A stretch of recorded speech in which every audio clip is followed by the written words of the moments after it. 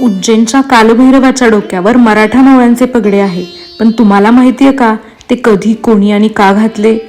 ही गोष्ट आहे त्या महान योद्ध्याची, ज्याच्या शौर्याने उत्तर भारत थरथरला होता.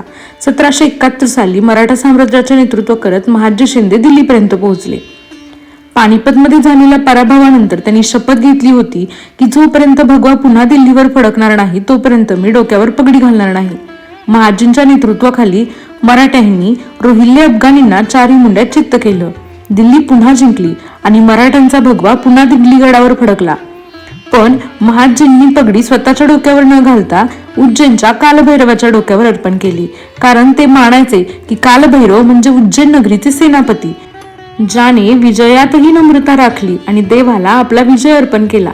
स्थानिक परंपरेनुसार युद्धामध्ये त्यांनी कालभैरवाच्या मंदिरात जाऊन पगडी अर्पण करत देवापुढे साकडं घातलं होतं.